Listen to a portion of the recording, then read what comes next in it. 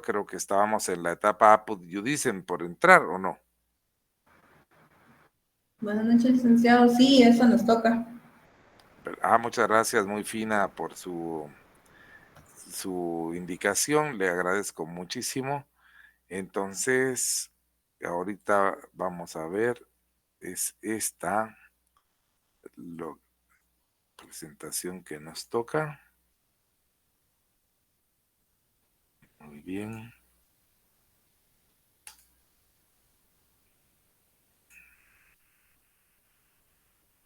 Yo creo que aquí fue en donde nos habíamos quedado, ¿verdad?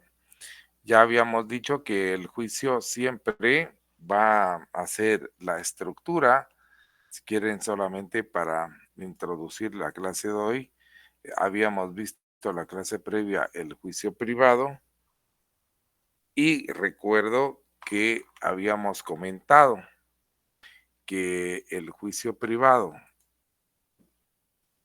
cuando se introduce el procedimiento formulario, sigue siendo el mismo, pero va a existir una serie de actividades procesales que son las que lo modifican en el sentido, pues, de perfeccionar la estructura, pero siempre se compone de las dos etapas que hemos visto, que la primera la conoce el magistrado encargado de la jurisdicción y la segunda un juez particular, el jurisprudente, que es nombrado por la autoridad del magistrado, es elegido por las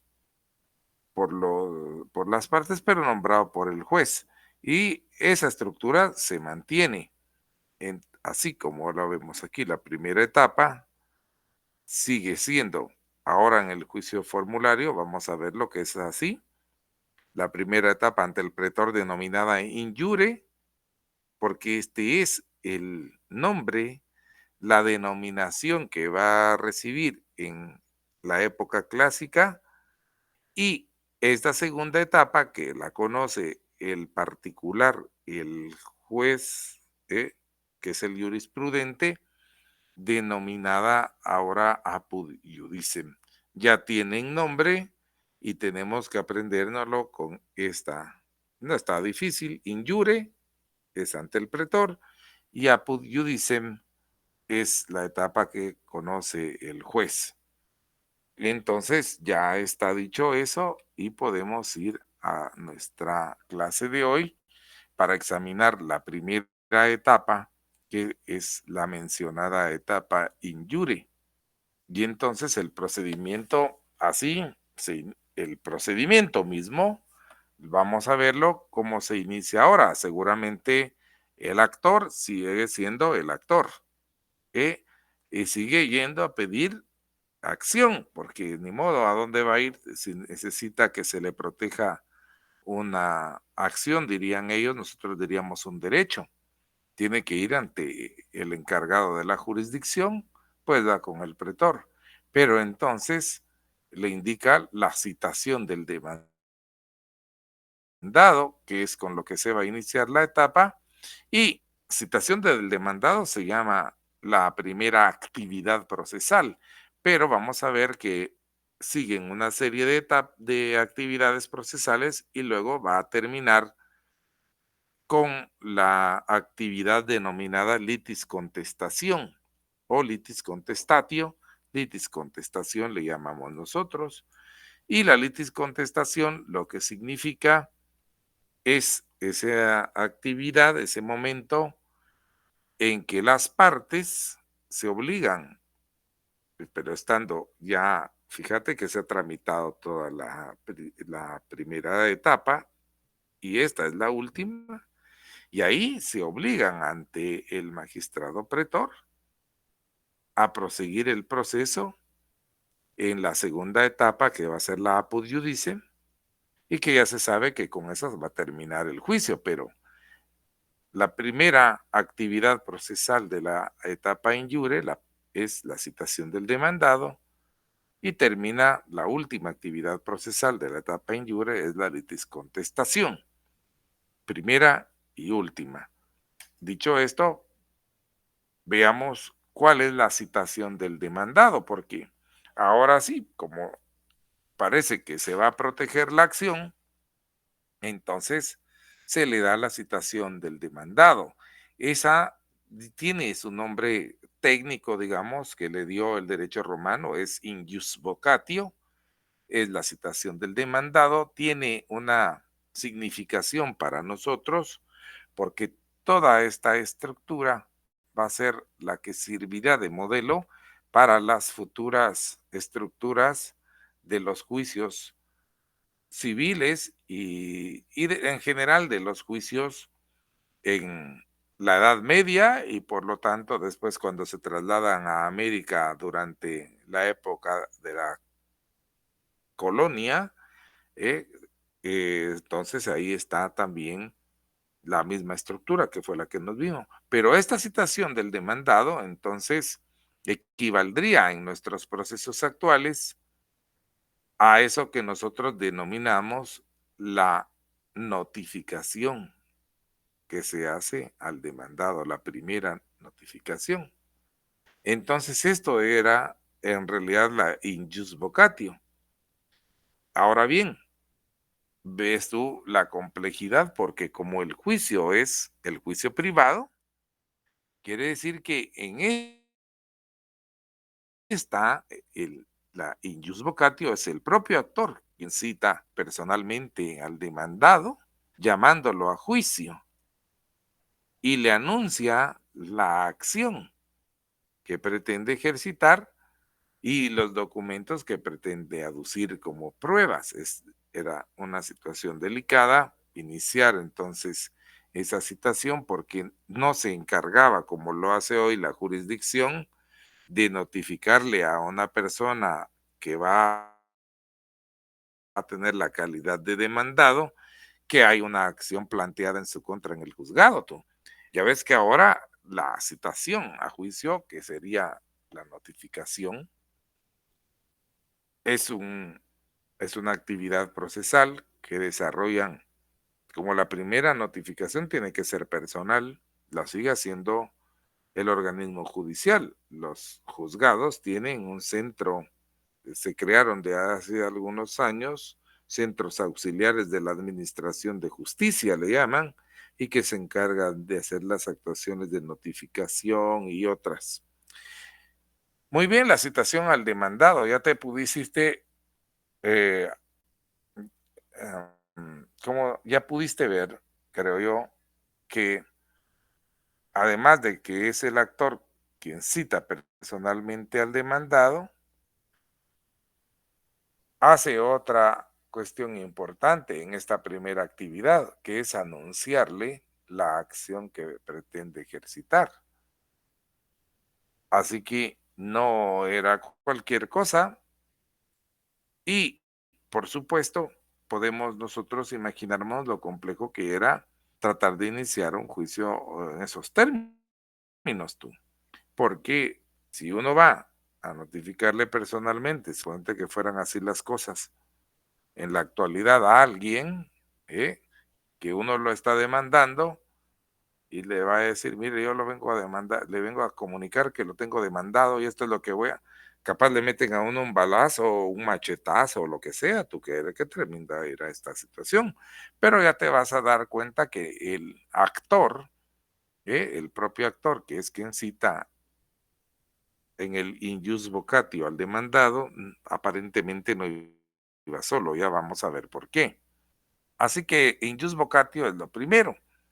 Y de esa situación, ¿cómo le iba a demostrar uno al órgano jurisdiccional que efectivamente había comunicado al demandado que estaba siendo demandado y que había una acción planteada contra él?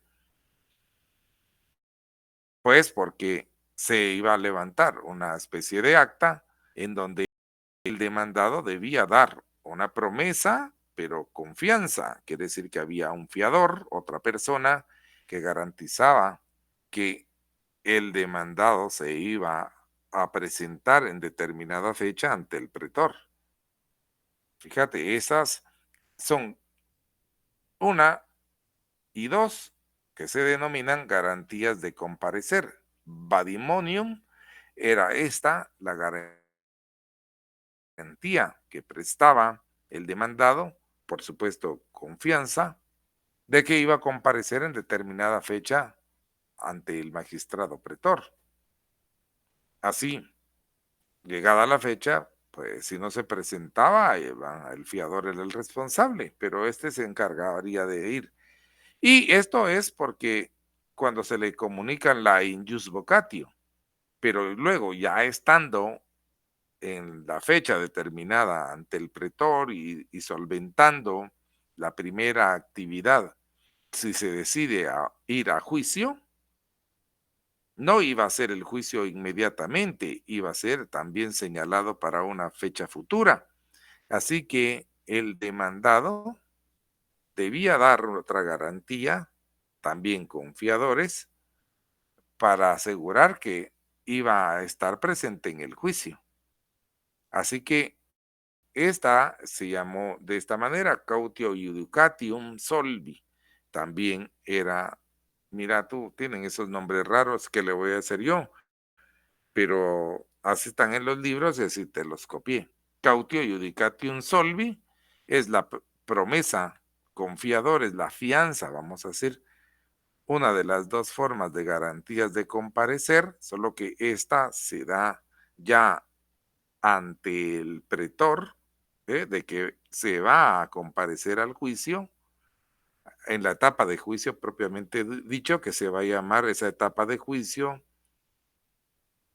apud judicem, se llama esa etapa que va a venir. Así que si el demandado no diera alguna de esas garantías, entonces el pretor podía decretar una missio impositionem en contra de él y a favor del actor.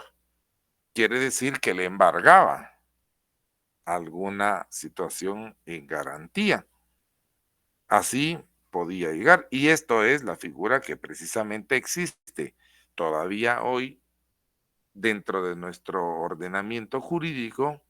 Vemos nosotros que efectivamente, como no se le puede estar pidiendo garantías a los demandados, ahora, como ha evolucionado las instituciones del derecho, existe en el Código Procesal Civil y Mercantil una figura que sirve para garantizar las resultas de un juicio, porque no puedes tú llevar todo un juicio bien llevado, por ejemplo, de ejecuciones, decretar que se debe y después ejecutar, y cuando llega el momento, el sujeto no tiene nada, el demandado, porque ya lo enajenó o eventualmente se fue del país o algo. Entonces, hubo esta situación de las garantías, dio origen a esas instituciones que nosotros conocemos como las garantías. Si ustedes me permiten, hay unas formas, la gente le dice medidas precautorias, pero en realidad no se denominan así, se llaman medidas, que eso lo vamos a ver, que es el Código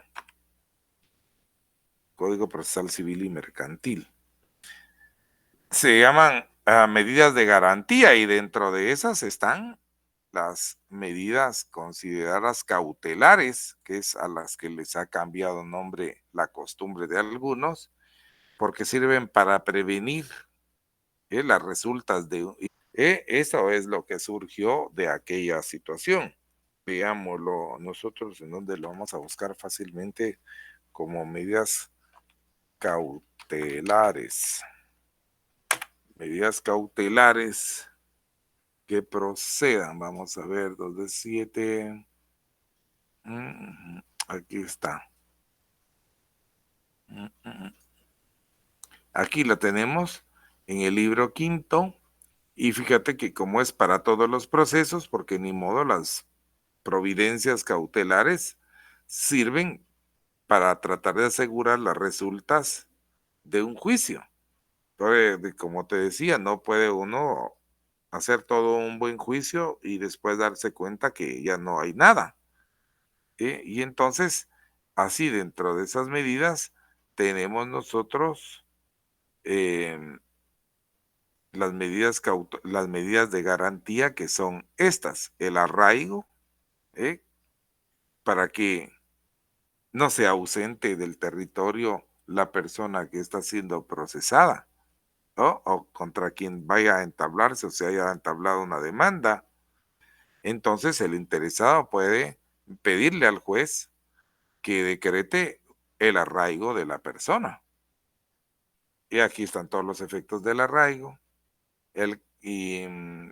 La anotación de demanda. Esa anotación de demanda es una medida de garantía que consiste en que en el registro correspondiente, vamos a decir el registro de la propiedad, en el folio en donde está anotado el dominio, ahí y los derechos reales, va a haber una anotación al margen que establezca que esa finca, ese bien, si es un bien registrable, si va a ser en el registro de la propiedad o en el registro de garantías mobiliarias, no sé, ahí va a haber una anotación que diga que ese bien está embargado por una medida de garantía decretada por tal juzgado dentro de tal juicio.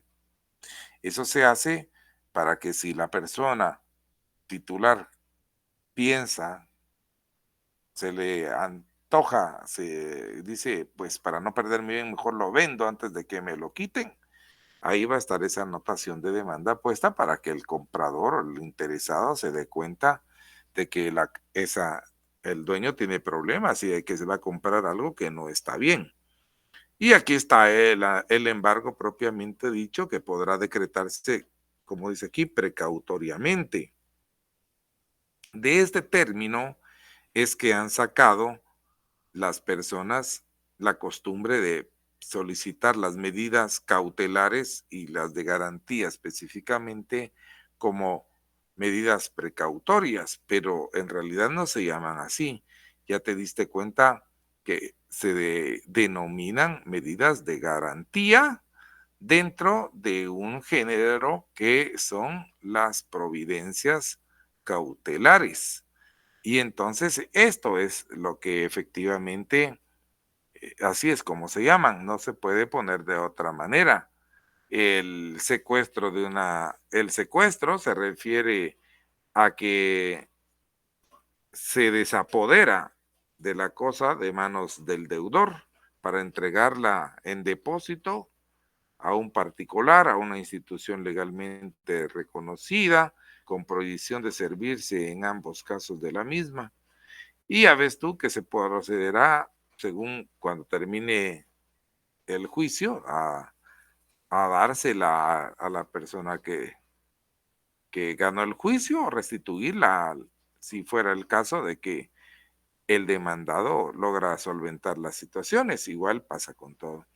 Pues, ¿de dónde vienen para qué sirven esas medidas? Para garantizar las resultas de un proceso. ¿Y en dónde lo hemos encontrado? En el Código Procesal Civil y Mercantil, pero ya ves que viene, y por supuesto, con sus evoluciones, desde el derecho romano, estas garantías que se daban y sirvieron ahora para cautelarmente garantizar, te digo, las resultas de un proceso. Aquí era el mismo espíritu que tenían. Bueno, ahora ya se hizo la petición, la injus vocatio es el hecho, habíamos dicho, para recapitular, está injus vocatio, es la actividad procesal cuando el propio actor es quien cita personalmente al demandado, llamándolo a juicio y anunciándole la acción. Entonces, este es injus vocatio. Y ya se dan estas garantías.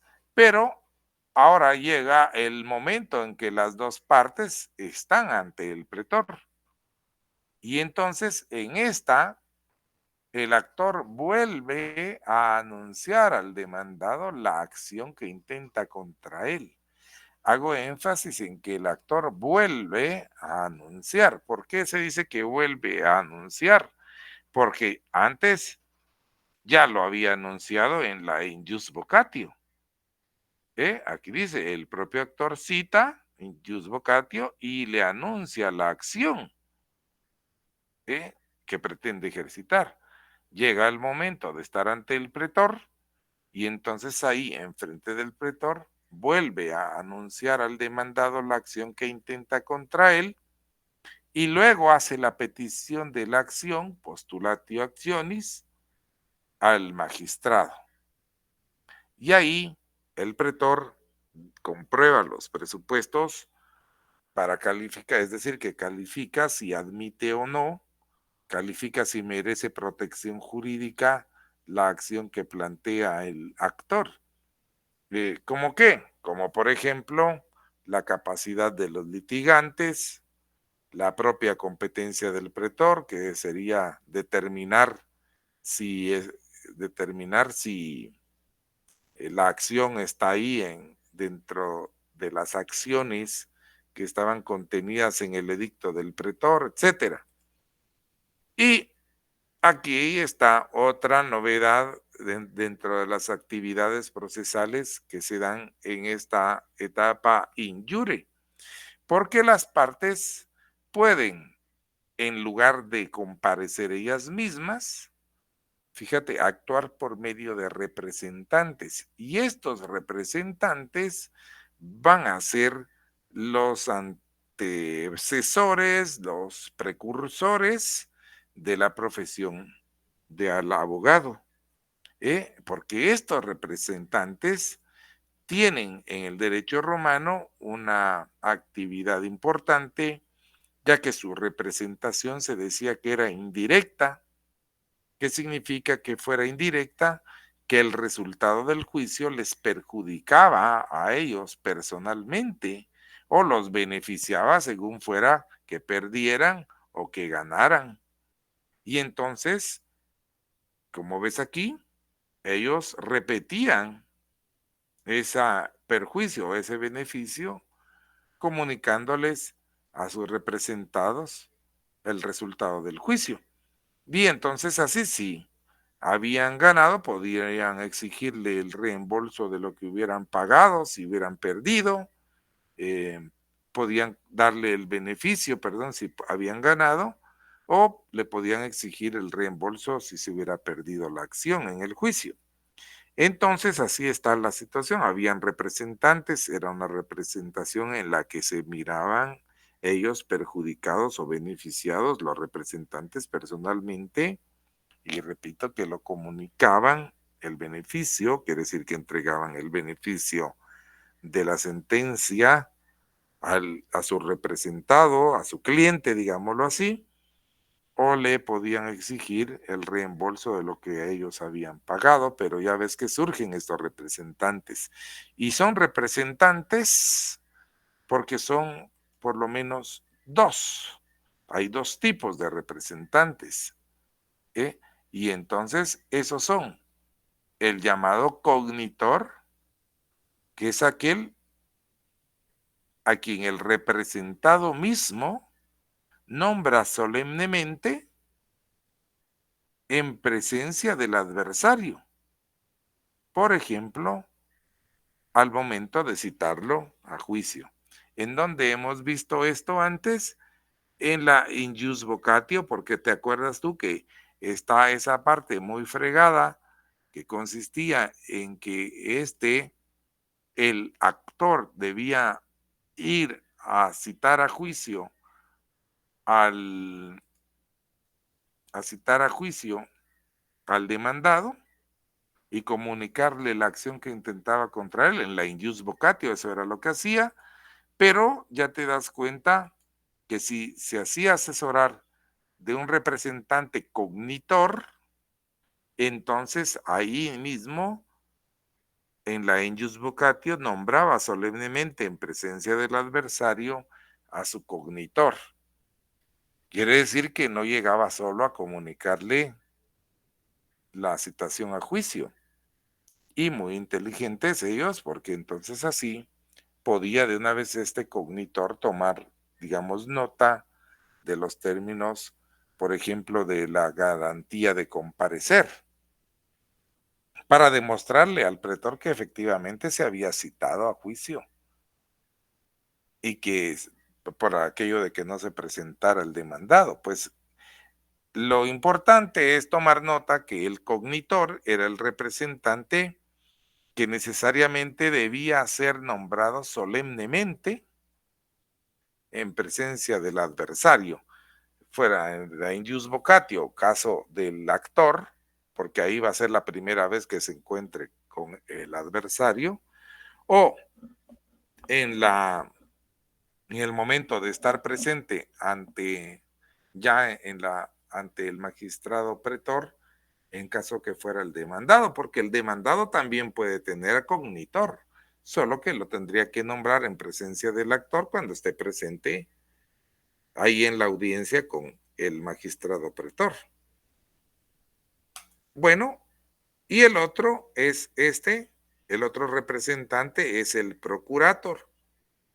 Ese procurator, lo que pasa es que el procurator carece de ese nombramiento formal. ¿Te das cuenta?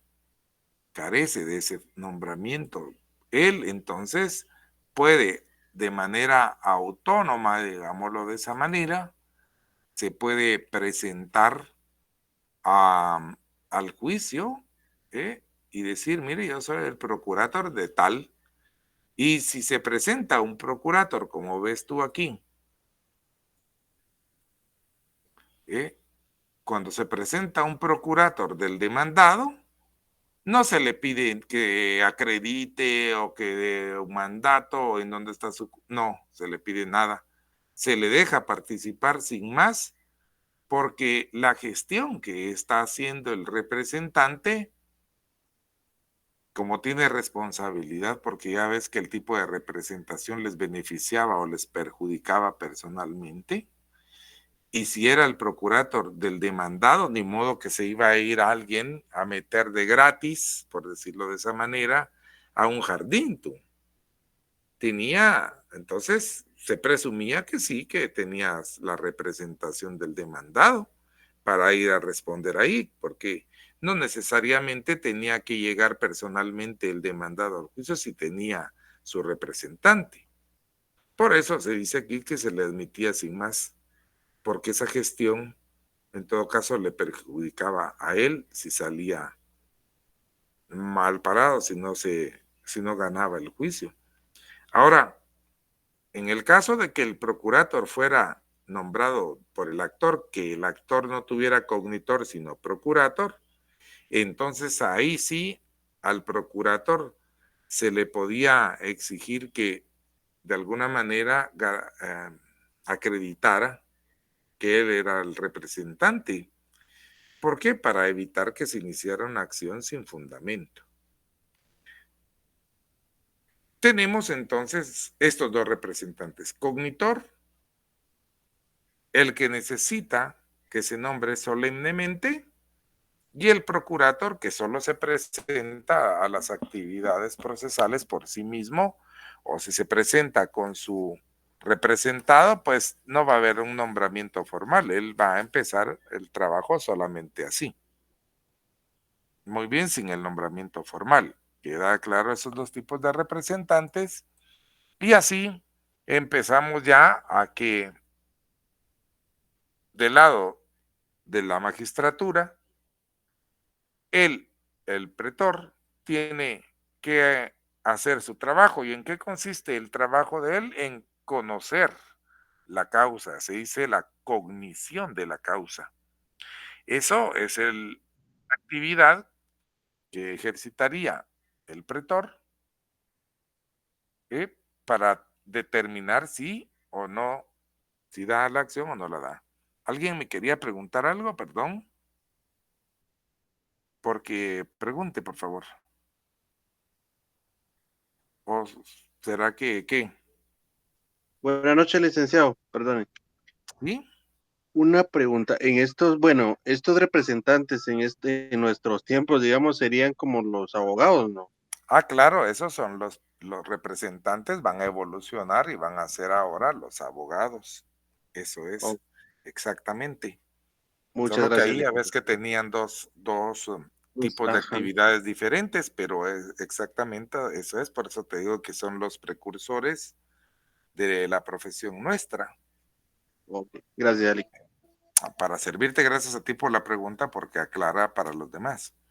Entonces, del lado de la magistratura, tenía que hacer su trabajo el juez, perdón, el pretor, y conocer para decidir si dare, o si deniega, denegar la acción, ¿verdad?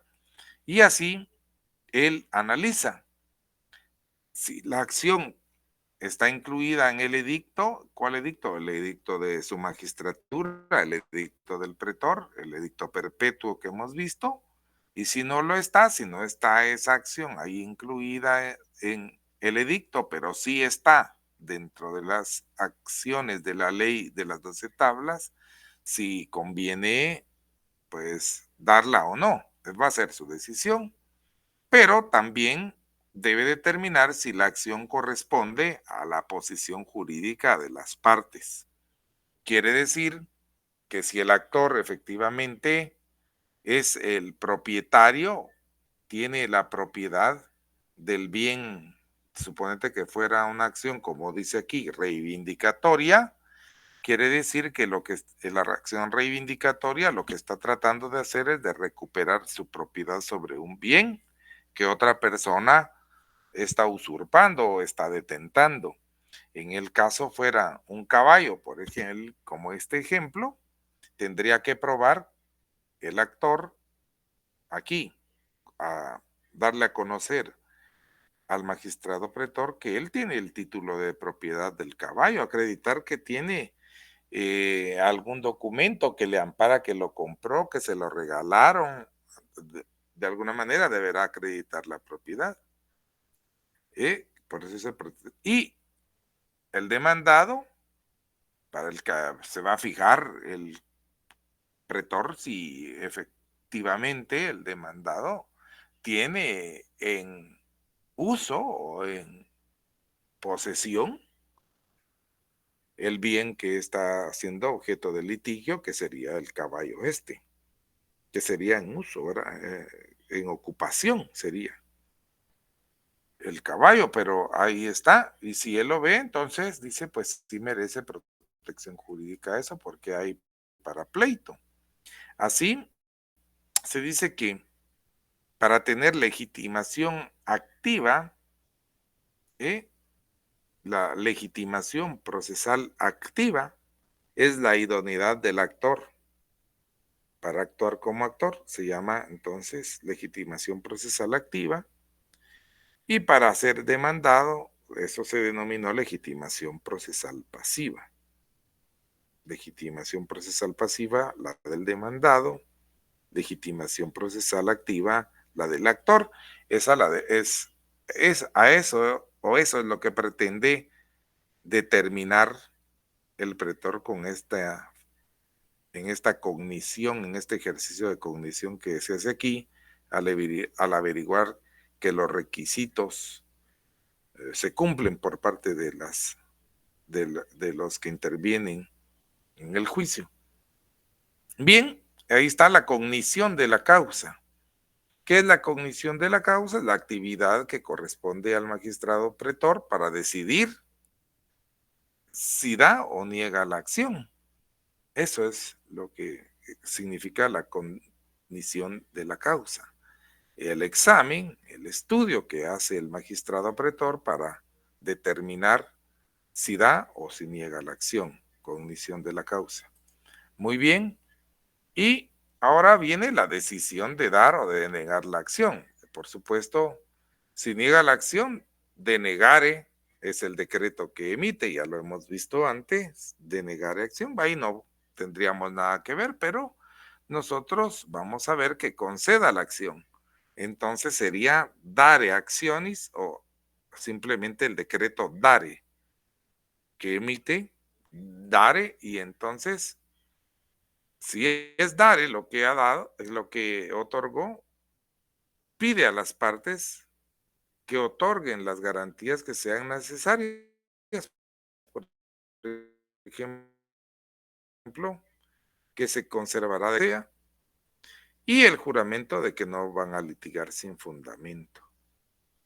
Y hecho esto, entonces viene y antes de dar la acción, eso sí, antes de dar la acción, el pretor puede invitar a las partes dependiendo de su interés, porque como son cuestiones de carácter patrimonial, el pretor ve que se podría solucionar eso sin abrir a juicio, porque aquí están, solo sí están dentro del juicio privado, pero están en la etapa injure, ¿verdad?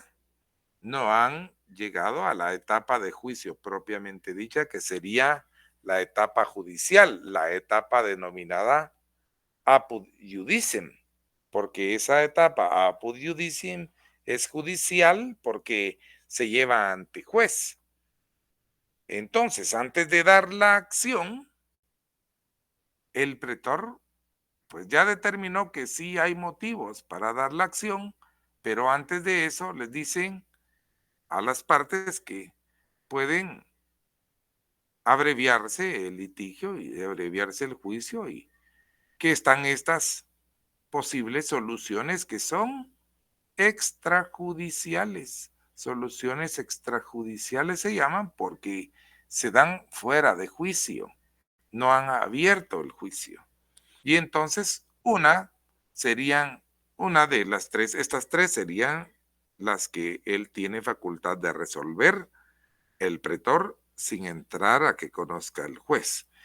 ¿Alguien me pregunta algo? Por favor, plantee su pregunta. Buenas noches, licenciado. Esto sería como el equivalente a las citas conciliatorias, si no estoy mal. No sé si usted me corrige. Bueno, efectivamente, sí sería una conciliación que se da, ¿verdad? Sería el efecto es conciliar.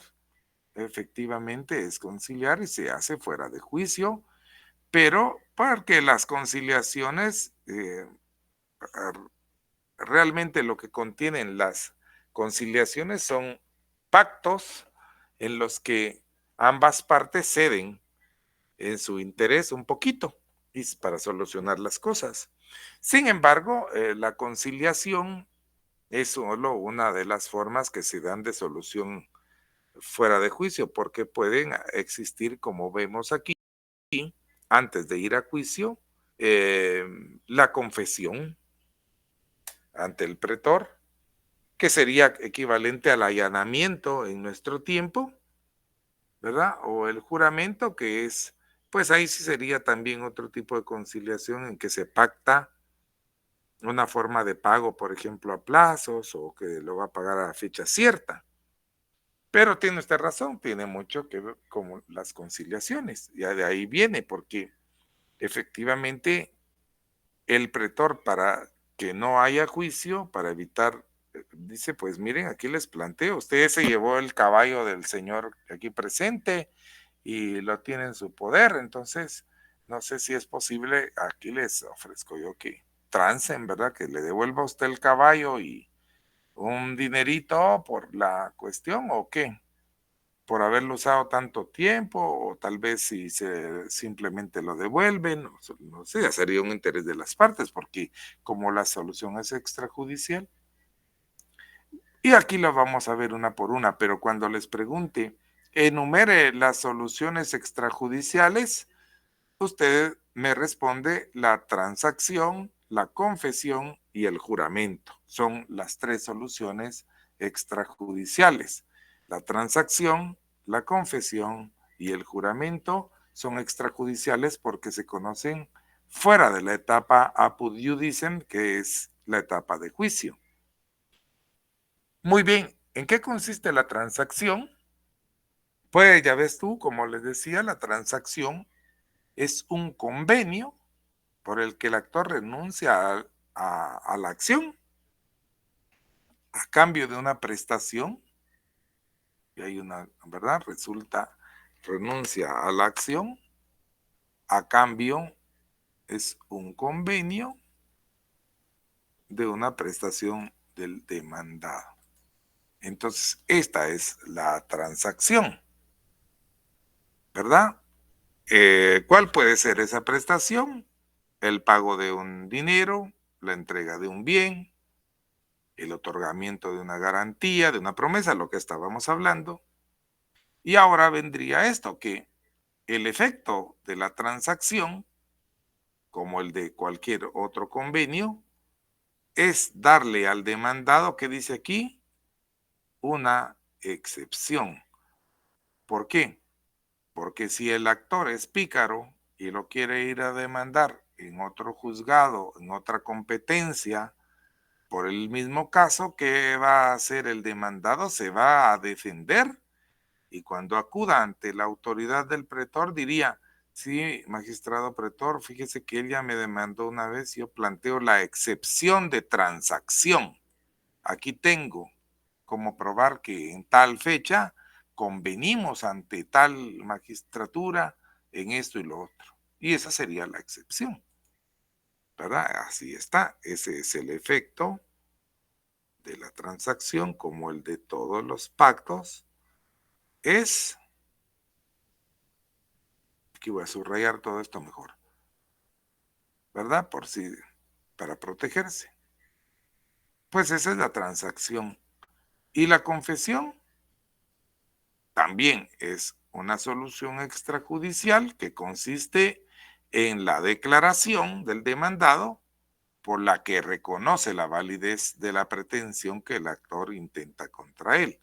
Quiere decir que la confesión in iure se llama, porque es en la fase in iure ante el pretor, consiste en la declaración por la que reconoce la validez de la pretensión. Y ahí está el asunto. Mira, si es efectivamente.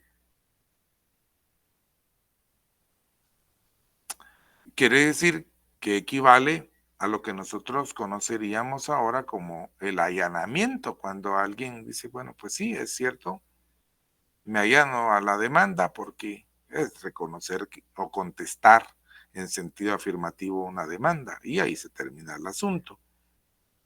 Entonces, fíjate si hay una situación más, que si se confiesa en una acción personal es pagar una pasta y hacer un convenio por un bien que se tenía, es por una promesa, una deuda, pero es un dinero, o que se deba por alguna circunstancia similar. Pero si se confiesa en una acción real, aquí hay una situación importante, porque si se confiesa en una acción real, como el bien ya existe. Cuando decimos acciones reales, nos referimos a bienes, a acciones que tienen su razón de ser con respecto a bienes, es decir, cosas que son parte del patrimonio de una persona. Fíjense que en el derecho romano se dio esa distinción, lo vamos a ver más adelante cuando entremos a los bienes, porque los objetos son en general cosas, ¿eh? Así son. Cualquier objeto, es una cosa. Una casa es una cosa, una carreta es una cosa, un caballo es una cosa, un esclavo es una cosa, la tierra es una cosa, todos son cosas. Pero en tanto esas cosas son parte del patrimonio de una persona, o sea, en tanto esas cosas son objeto de apropiación personal, entonces dejan de ser denominadas cosas y pasan a ser denominadas bienes. Si son bienes muebles, pues que son los que se pueden trasladar, pues muebles. Y en el caso de los bienes que no se pueden trasladar, los inmuebles. Y así es como empiezan. Pues entonces todo, porque si es una acción que recae sobre un bien, será una acción real. Y como eso ya existe, no es como un dinero que lo tienen que generar y pagarlo después de que se generó el dinero, después de una venta para poder pagar algo, no. Pero como es una acción real y el bien existe, y digamos, la confesión se da, como en el caso que veíamos del señor que fue a reclamar que el demandado tenía su caballo y que él tenía sus escrituras, su título de propiedad del caballo, mientras que el demandado solo lo ocupaba para servirse de él y ahí lo tenía en su establo y todo lo demás. Como ese caballo sí existe, y es un bien registrable, identificable, entonces el pretor en ese momento, como efecto de esa confesión, puede tomar la opción de decretar, o debería de hacerlo, de decretar la adjudicación de propiedad a favor del actor. De una vez termina ahí el juicio y ese decreto por el que adjudica la propiedad o el derecho pretendido por el actor es un decreto que se denomina adiciere, porque otorga de una vez la propiedad. Como dije que se denominaba adiciere, aquí se los voy a poner. Se denominaría así, adiciere. Se denominaría porque adjudica la propiedad o el derecho que pretendió el actor. Es un decreto. De una vez se resuelve ahí. Adjudicó la propiedad. Ahora bien, fíjate que si fuera otro el caso, por ejemplo, que hubiese unos caballos, no fuera un caballo, sino varios, y no de todos hay título, pero hay otras cuestiones por medio de las cuales pretende probar el actor que es de ellos, si no se allana, no se allana, no confiesa, no confiesa el demandado que estos animalitos eran de el actor, entonces, ¿qué va a pasar? Que no va a poder el magistrado pretor decretar adichere porque no puede adjudicar la propiedad de los bienes, pero ¿qué va a pasar? ¿A quién le van a quedar para mientras a fin de que no se mueran los caballos? Entonces va a tener el magistrado pretor que decretar otro decreto por medio del cual decreta la posesión interina del bien. Entonces, ese decreto se llama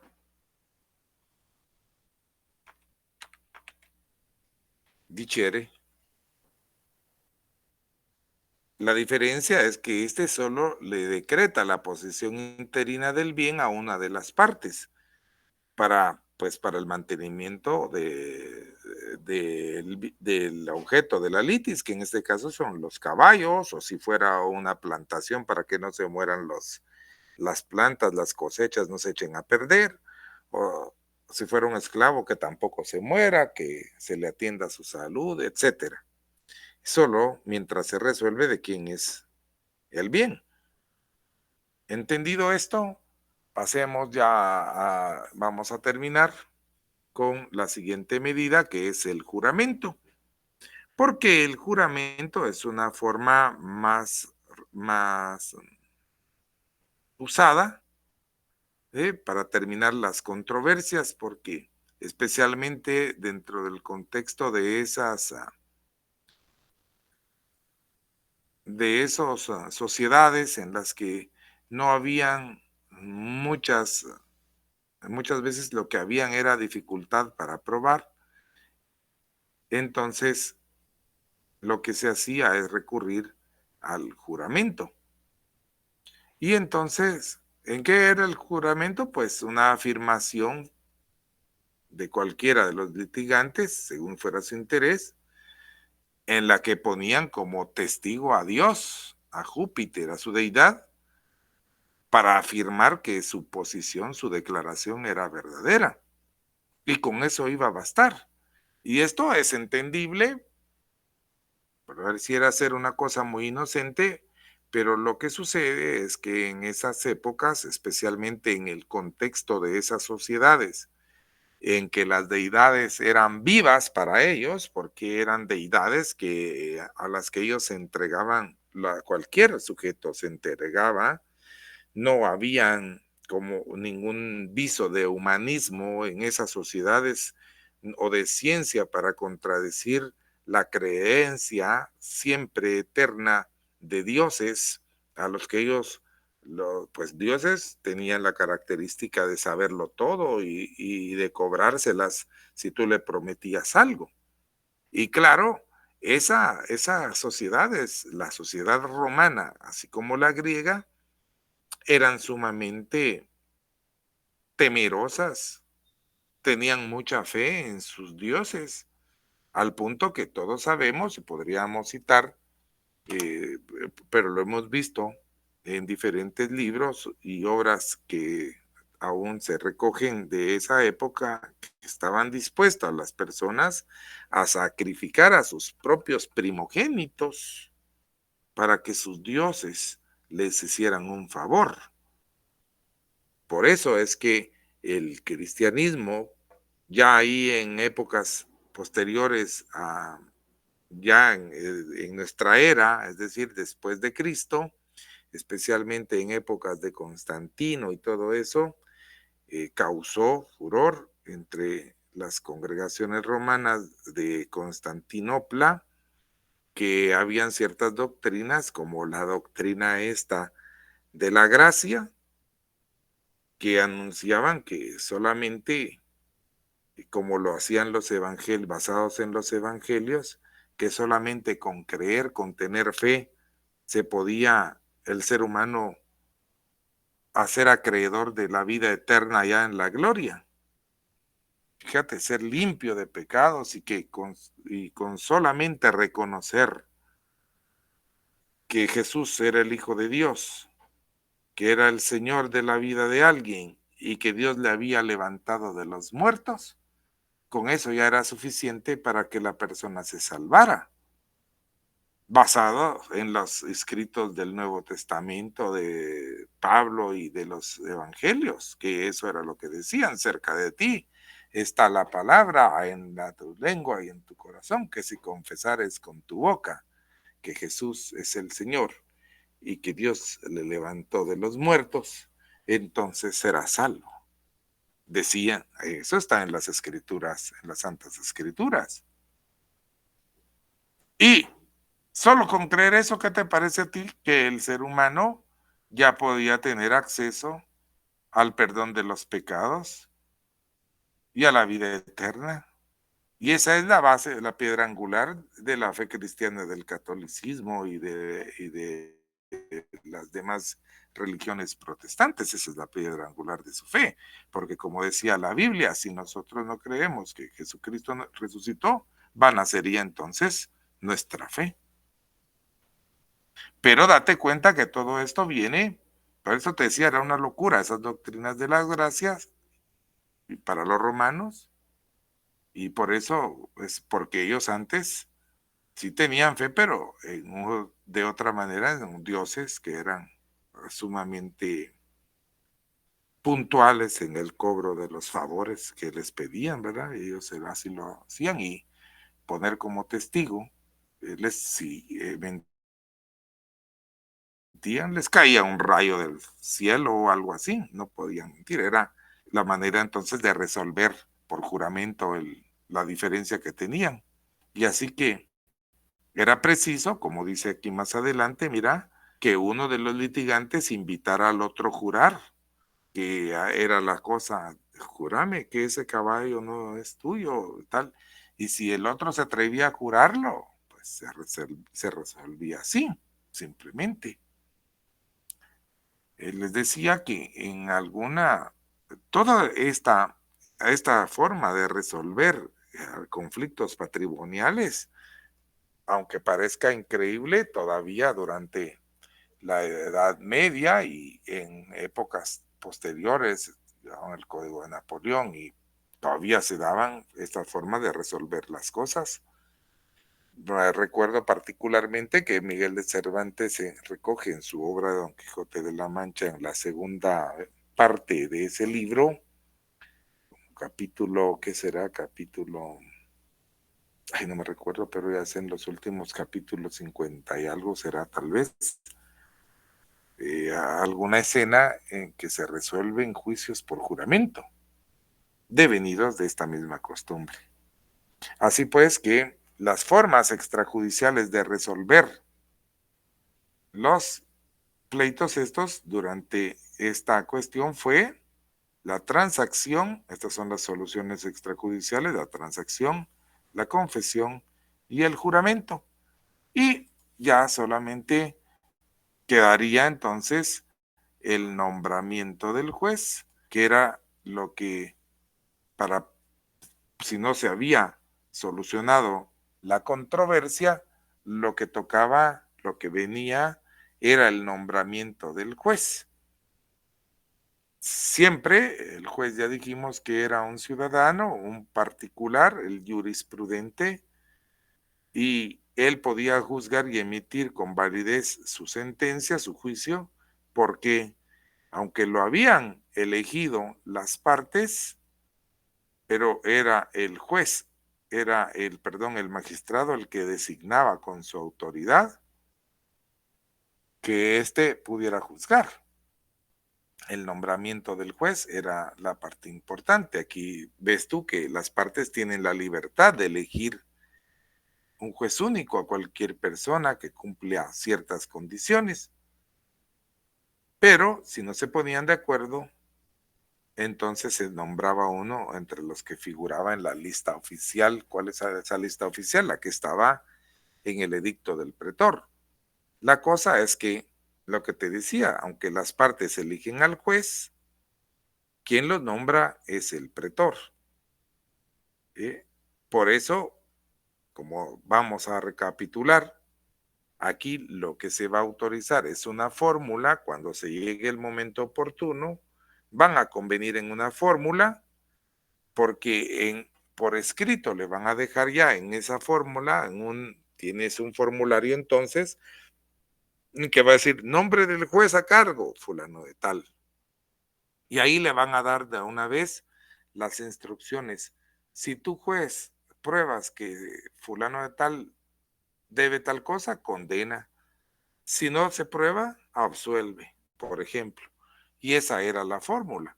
Lo vamos a ver más detenidamente, pero yo creo sinceramente que vamos a terminar nada más porque al llegar a esta litis contestatio, que es la última etapa, con la que termina la fase injure, se debe decretar con el decreto del pretor, es que cuando se va a sellar. Mirémoslo aquí.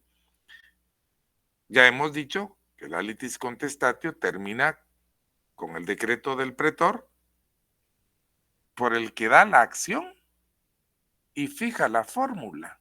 ¿Cuál fórmula? La que quedó escrita, en la que se puso el nombre del juez, en la que se le dio la instrucción al juez de que si se probaba, sentenciara en tal sentido, que si no se probaba, sentenciar en el otro, absolviendo, quiero decir. Y entonces esta se pone por escrito en unas tablillas cuyo contenido se asegura con un sello de testigos, para que no se abra hasta que la abra el juez, y de ahí que se llame así a esa actividad procesal, atestiguamiento de litigio o litis contestatio en latín. Entonces con eso termina la etapa injure y quedan comprometidos para ir ante el juez que va a resolver la situación. Como hemos visto varias actividades aquí en esta narración que les he hecho, vamos a ver que en una forma resumida más adelante, cómo es que fluye, digamos, la etapa esta procesal. Pero, ¿cómo ves tú que cuando queda ya la fórmula redactada, porque ya es lo que ha quedado por escrito, fijado en la fórmula, quiere decir cuando ya se redactó, ya el actor no puede variar ni modificar su intentio, que es el objeto de la fórmula? Vamos a ver las partes de la fórmula en otra clase. Una de ellas es la intentio, en la que fija la acción que pretende el actor. Y tampoco el demandado puede introducir nuevas excepciones. ¿Eh? Ya vimos qué son las excepciones. Ni rehusarse a aceptar el juicio. Entonces el litigio pues ya quedó planteado como consta en la fórmula, con el nombre del juez y la forma en que se va a dictar sentencia. El efecto de la litis contestatio, si quieren lo vamos a ver en otra ocasión. Me recuerden de que se los paso porque es a partir de este momento que se convierte en el objeto del juicio, que ese es el efecto nada más. Las posiciones jurídicas de las partes, ya se sabe que uno es el actor y el otro es propietario, o si el demandado ya pagó la deuda o no. Esas posiciones jurídicas quedan como efecto de la litis contestatio, y las acciones que tenían, porque habían acciones que tenían un plazo para ejercitarse, pero como ya se ejercitaron con la litis contestatio, aunque pase mucho tiempo, quedan vigentes y se vuelven, en ese momento, ya se vuelven perpetuas, aunque tengan plazo fijo, porque ya no prescriben, porque ya se planteó la litis contestatio, entonces ya no pueden caducar. Y si la acción ya fue planteada porque ya se dio la litis contestatio y muriera el actor, pues entonces sus herederos pueden seguir tramitando el juicio. Y si hubiera una cosa en litigio, por ejemplo, un esclavo que se discute, o un caballo, como habíamos dicho que se discute su propiedad, a litis contestatio se prohíbe la venta del mismo. Es una cuestión que dio origen a una acción que se llama pauliana, por la que todavía está vigente, así se sigue conociendo en nuestro ordenamiento civil, cuando ya es un principio general del derecho, que cuando ha sido demandado, una vez que has sido demandado y que te notifican, tú ya tienes prohibición de vender tus bienes, aunque no te hayan sido embargados todavía. Pero si tú tenías un bien, aunque no te haya sido embargado y ya te notificaron, ya no lo puedes vender, ya no puedes cederlo, ya no puedes enajenarlo. Y entonces hay este efecto, este es el más importante de la litis contestación, que es un efecto que se conoce como consuntivo. Eso quiere decir que es la consumición de la acción. Así se llama, por eso es consuntivo, porque esto es que la acción queda agotada, porque como ya hay litis contestatio, significa que el actor no va a poder intentar, una vez que hay litis contestatio en una judicatura, ir a otra a plantear la misma acción por el mismo caso contra el demandado. Y entonces eso se llama efecto consuntivo. Y eso se expresa en la regla que dice que no es lícito accionar dos veces por la misma causa o por la misma cosa. Así sería en lo civil, no es lícito dos veces. Esto también se plasma en el derecho general, es del derecho romano que proviene ese efecto que se llama nem bis in idem, que no se puede perseguir 2 veces al culpable por el mismo delito. En lo penal existe esa, no se puede juzgar 2 veces, no se puede perseguir 2 veces por el mismo delito a una persona. Nem bis in idem es una cuestión que está incluso en nuestra Constitución. Y por último, mis distinguidos alumnos, aquí estaría un esquema, digamos, de cómo fluye la etapa in iure. Ya vimos, la primera es actividad la in jus vocatio, que es la garantía, y con la jus vocatio se dan las garantías de comparecer del demandado. Luego tendría lugar la petición de acción, cuando se está ante el magistrado pretor las 2 partes y se hace por el lado del actor la petición de la acción. Ahí calificaría el pretor la posición jurídica de las partes y hace entonces el encauzamiento a través de la cognición de la causa. Surgen los representantes de las partes, el cognitor, el procurador, puede ser que ellos mismos tramitaran esto ante el pretor. El cognitor es el que es nombrado formalmente en presencia del adversario, el procurador solamente se representa, se apersona por sí mismo al juicio. Si fuera el del actor, el procurador, ahí sí se le pide que acredite que representa al actor para no litigar sin fundamento. Una vez que ha hecho la cognición de la causa el pretor, se plantean las estipulaciones, las soluciones extrajudiciales, que son la confesión, la transacción, el juramento, o se piden estipulaciones pretorias, que serían darse garantías de comparecer ante el juez. Y luego de esto vendrá el nombramiento del juez. Y con el nombramiento del juez, ahora ya se vendrá la parte de la última etapa, que es la litis contestación o litis contestatio, y entonces ya pasa a la fase que se conoce como, ¿cómo se llama? Apud judicem. Así está el asunto.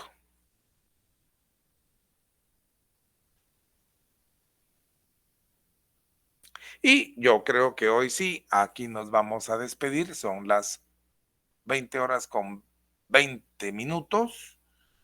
Les deseo muy feliz fin de semana, que se puedan recuperar de todo lo que ha pasado esta semana, por la lluvia de ayer, nuestras accidentadas agendas de hoy, y nos vemos, nos escuchamos la próxima semana.